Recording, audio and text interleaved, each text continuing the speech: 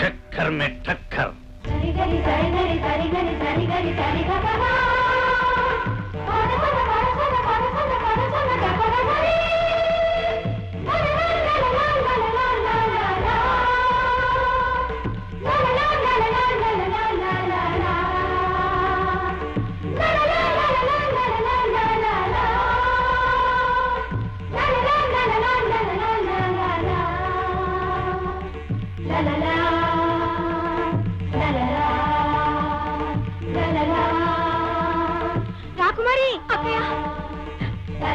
ఎంత గండం గడిచిందమ్మా.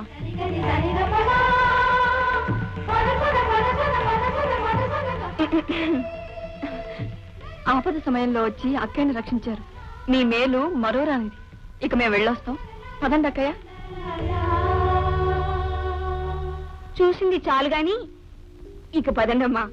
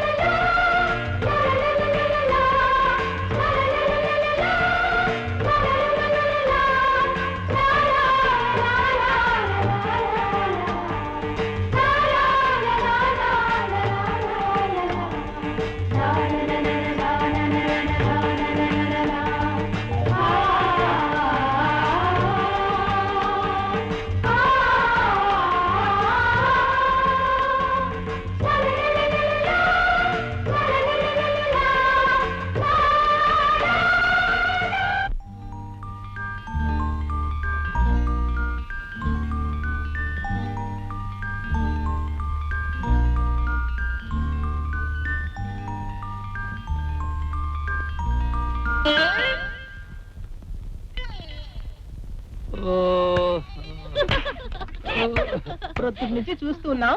చేతిలో తామర పువ్వు ఏమిటి? దీంతో ఈ సైకిల్ ఏమిట్రా? నిన్న సాయంత్రం నదిలో కొట్టుకుపోతున్న రాకుమారిని రక్షించానమ్మా. ఆమె నా వైపు చిరునవ్వుతూ చిలిపిగా చూస్తూ ఇలాగే సైగలు చేస్తూ ఈ తామర పుష్పాన్ని నా మీదకి విసిరిపోయిందమ్మా. మరి ఆ సైకిల్కి అర్థం తెలుసుకున్నావా? తెలుసుకోవాలనే అప్పటి నుంచి ఆలోచిస్తున్నాను పెద్దదిన. కానీ ఆ సైకిల్కి అర్థం తెలియడం లేదు. పోనీ మీరైనా చెప్పరు? మాకేం తెలుసు? అత్తయ్యకి తెలిసేమో అడుగు.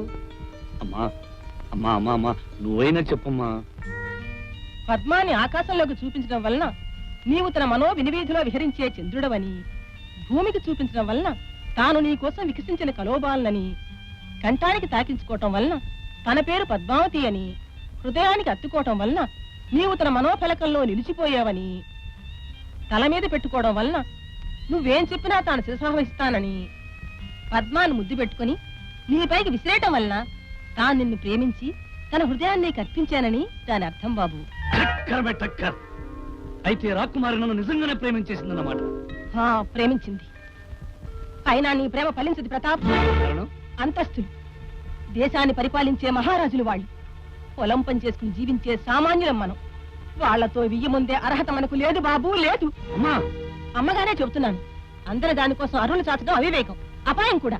నా మాట విని నీ మనసు మార్చుకో. రాకుమారిని మర్చిపో. అమ్మ మాట కాదనకు ప్రతాప్. అత్యాశకు పోయి ఆపదలో చిక్కుకోకు బాబు. స్వామి తమరి పేరు? అంతా. ఎవరడిగితే తంతానంటాడేమిటి స్వామి? ఏమి తమరి పేరు తంతారా. ఎందుకు తంతారంట? ఈ బుర్ర తుర్రైపోనాది. ఆ